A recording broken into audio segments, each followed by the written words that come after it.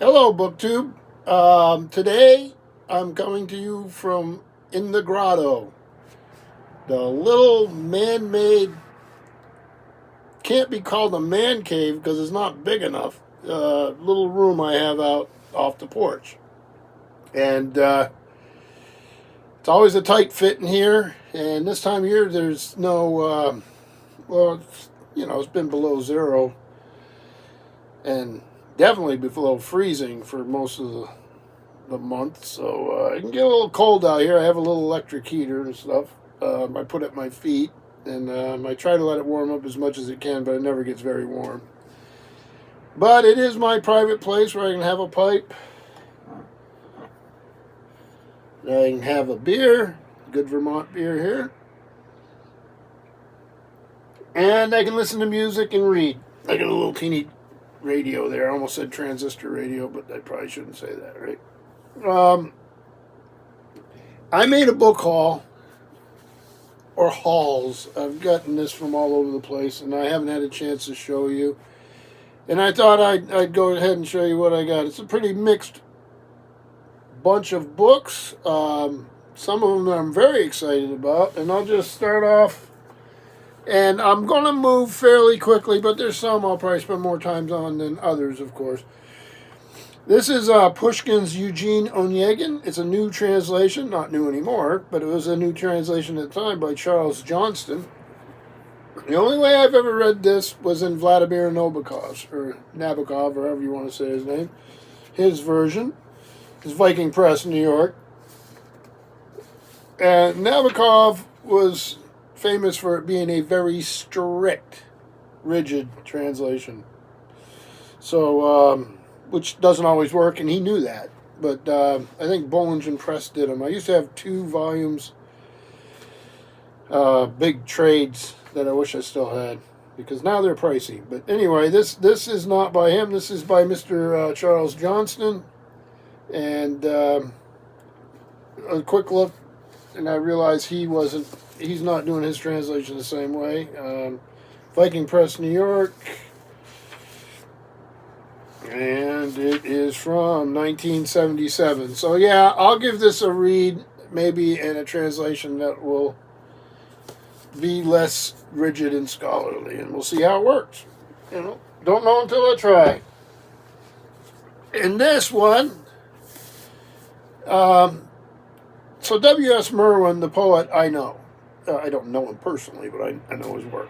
And J. Musaeff Masson, I don't know. But this is their volume, Sanskrit Love Poetry. I looked around a bit to see if I could find this book, and I don't see very many people have it for sale or anything. It's Columbia University Press, 1977. And this was published part of, what do they call it, UNESCO. It's called UNESCO Collection of Representative Works, Indian Series. And this is also from 1977. So, looking forward to it. I've always liked Merwin. And we'll see if I like Sanskrit love poetry. So, an interesting volume. And then this I grabbed, because I always do. I wish I had more of them. I used to. This is Nietzsche, the Viking Portable Library, edited by Walter Kaufman, the Viking Press. No dust jacket. That's fine with me. And this is the Portable Nietzsche, selected and translated with an introduction, prefaces, and notes by Walter Kaufman, the Viking Press, New York, 1954. So these are always nice to have. Let's see, I could probably tell you what they have in it, right? That might help. Big old chronology. And where's the table of contents? Oh, I said it. I wish I hadn't, right? They must tell us what the works here are. I actually looked at it, so I know it exists. Oh, here it is. So you got the letter to his sister, fragment of critique of Schopenhauer. I'm not going to read all those because they're this little selections. Thus Spoke Zarathustra. More letters. Twilight of the Idols. The Antichrist. From Ek Homo. Nietzsche. Contra Wagner, which is famous, and some more letters. So a mix of stuff. I'll be glad to dip in and out of it. I'm not going to read it cover to cover. I mean, it only takes so much Nietzsche. So the pile goes on, and here we go right to another Viking Portable Library. This one's edited by Alfred Kazan, Viking Press, obviously. Blake, again, no dust jacket. Lawrence, Kansas, got one of those little stickers in it. If I get my finger out of the way, you'll be able to see it. And this used to belong to somebody named Charlie Ham. And again, having trouble turning the pages. Probably because it's cold out here.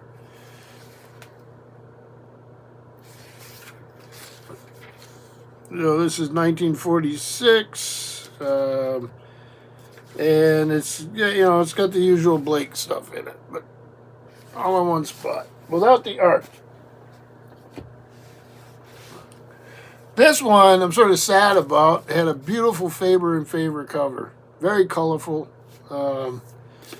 It's a little dinged up. I don't care. I just wanted the book. And this is the collected poems of T.S. Elliot from 1909 to 1962.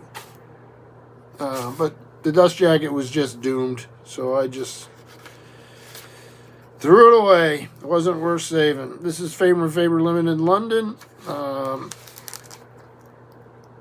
Big Elliot fan. And this one was fifth impression of 1970. So there's nothing valuable about this book at all, but it is a nice place for the poetry, and glad to have it. Keeping with the poetry theme, this is Selected Poems of Ezra Pound. Again, no dust jacket. Again, fine with me. Got a little drawing of Ezra Pound by Wyndham Lewis, and this is a new classic series. I have read Ezra Pound, but not as much as I probably should. So this is, copyrights go everywhere from 26 to 49. I'm not sure what printing this book itself is. I'll give you a little example. And you can always freeze your screen if you want to see what's in it. I'd be here all day if I read all that. This next one's a series I didn't know about, and this is called Faber Paper-Covered Editions. It's Ted Hughes, Poetry in the Making, an anthology of poems and programs from Listening and Writing, which I'm assuming is a BBC show, maybe radio. If anybody out there knows, please let me know.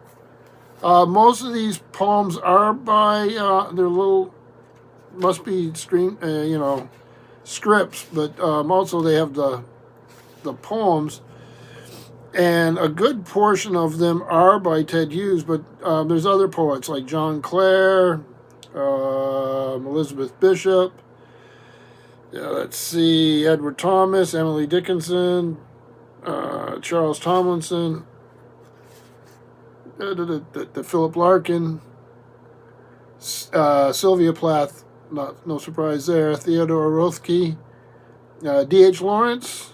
I've got a collected edition of D.H. Lawrence's poetry, and he was a good novelist. And T.S. Eliot, so that sort of thing. So glad to have this. Never seen it before. It's pretty good shape. The Faber part's faded there, but then this thing. This is Leslie Orry, A Concise History of Opera. If I can do it without the glare. Nice little hardback thing. Looks like it was Scribner's Art Series is what it's called. Oh, there's a good one. A Concise History of Posters. I wouldn't mind finding that. This thing was $7.95 when it came out. So it's 254 illustrations, 32 in color. Charles Scribner's and Son, New York, 1972. I am an opera fan. No expert in it, but I'm always reading about it and enjoying it. And here I need to wet my whistle. I can put that up there safely now. This is a pretty thing.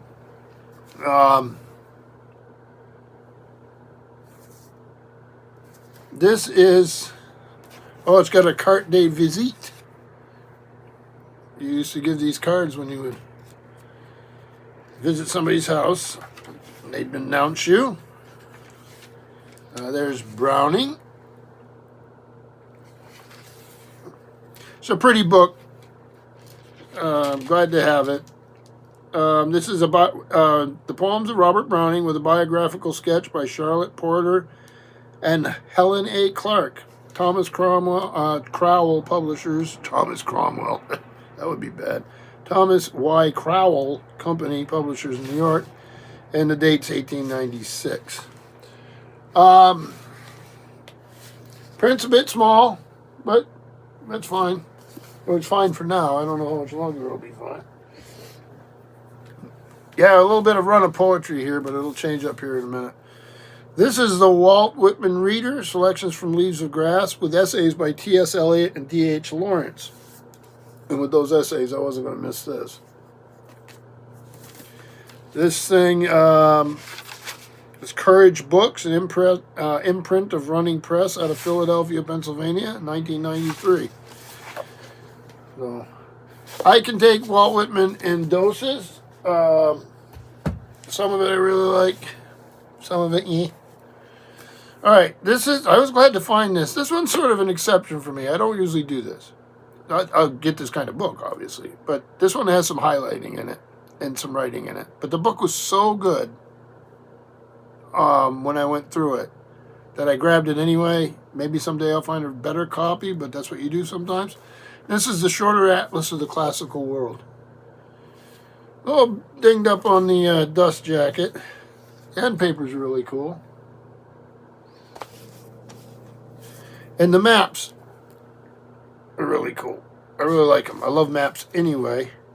And they're just some silly little highlighting in here. And, you know, it was the person's book. They can do whatever the heck they want with it. But anyway, I'm glad to have it. And in this case, it'll be a placeholder.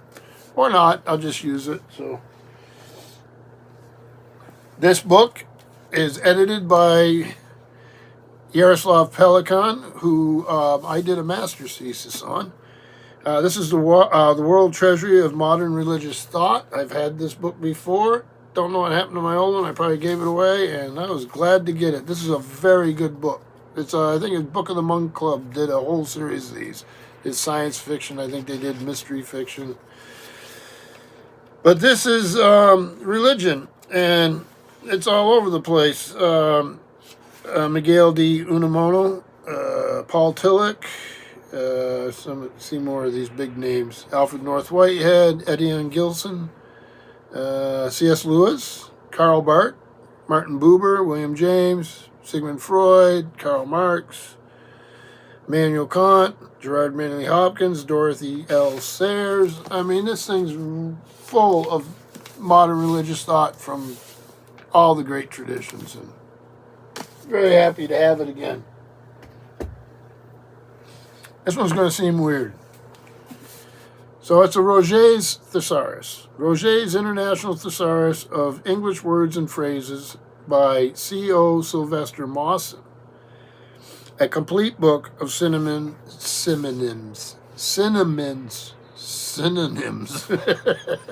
Yeah, wow. One sip of beer, and look what happens. Yeah, I'm not even going to try it again. And antonyms, I can do those. Plain thing, handsome enough. You get the bookmarks and the other things I found here. So, I like the feel of this thing. It's Crowell Reference Books, New York, 1931. And what I really liked about it was the print. Look at that. Nice and big, laid out beautifully. So, yeah, just what I need, right? Always have to have good reference books. And in one of the books here, this just fell out. I stuck it in that book. It didn't come from that book. The Reserve Bank of Zimbabwe. $5, I guess. I don't know if it looks like $1 sign. So, I don't know what that would be worth. Sort of cool. This one I started to read. Harold Bloom, Genius, a mosaic of 100 exemplary creative minds. Primary literary, because that was Mr. Bloom's focus. I've read his Shakespeare, Western Canon. What was the other one? Book of J or something like that. I can't remember. But I've read. Well, wait, I got a list here. Book of J. Western Canon, Shakespeare, The Invention of the Human. I read. I've got the big collection of poetry, but I don't see that listed here. Anyhow, be glad to read it. There's the Anton Chekhov chapter. This I'll work on now. I'll be reading this now, along with everything else, right? This one I don't think I've seen before. If I have, I've forgotten about it. I'm a big fan of Arthur C. Clarke. Childhood's End, Rendezvous with Rama, 9 Billion Names of God. Good science fiction writer I've always enjoyed. But this is nonfiction. I've got some of his other space nonfiction, but this is Arthur C. Clarke's July 20, 2019, so not that long ago, Life in the 21st Century. So they're predicting technology and social stuff. This is put out as an Omni book. Those of you who remember big, giant, glossy Omni magazine was a science fiction and science fact magazine. Wonderful magazine. If you find those old copies, it'd be worth grabbing them and just reading through them. And this came out in 1986. So he's looking at transportation, school, a day in the life of a robot, a day in the hospital, a day at the ballpark, a night at the movies, a day in the life of a space station, day at the office. And some wonderful illustrations. So it's sort of a cool book. You know, Omni Publishing, reminds you of the old magazine. Then here, we're almost done. I'm trying to go through this as fast as I can so it's not too long a video for you. This is The World of Words, an illustrated history of Western languages by Victor Stevenson. But this is a new revised edition, so obviously it must have had a good reception when it first came out.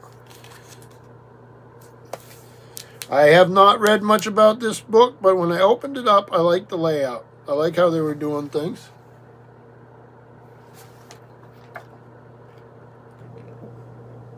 Oh, it's pretty. I've actually been there.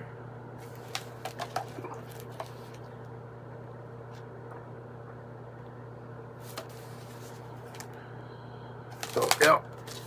Pretty, so I like these kind of things, so I'll definitely go through it. Then, really exciting, these slipcase things. Heritage Press. Feels leathery. I don't know if it's real leather or not. I probably can tell by looking in here. It doesn't have one of those, what is it called? The sand something or other. The little booklet they put in these things a lot of times. Sandcastle, I'm not sure. Here's the end papers. The explorations of Captain James Cook in the Pacific. As told by selections of his own journals, 1768 to 1779, edited by A. Grenfell Price, with illustrations by Jeffrey C. Ingleton, the Heritage Press out of New York.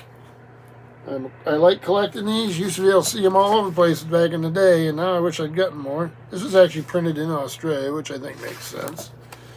Let's see.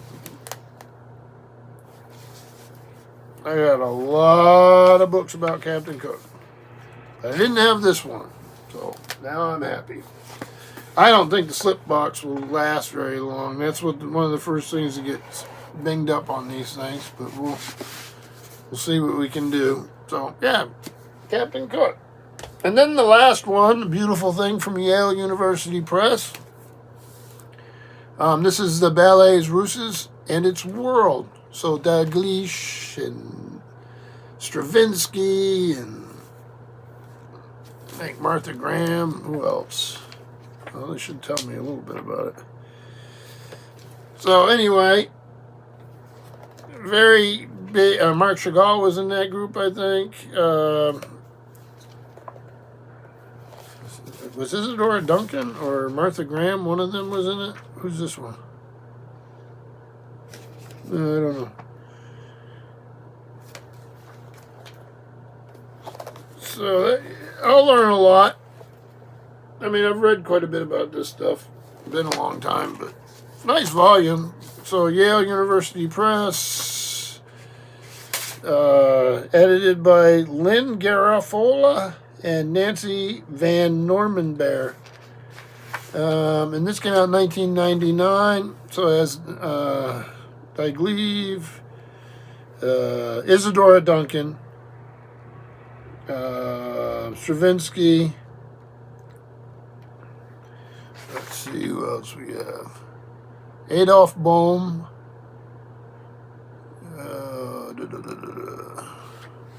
Lincoln Kirstein. So I don't know who Lincoln Kirstein is, so I guess I'll learn something. So yeah, very nice. I am not going to do a Steve Donahue pyramid with this stuff. But I did want to show it to you. So things are going well. January's been cold but pretty. And we'll get out and about a little bit today. And thank you, BookTube.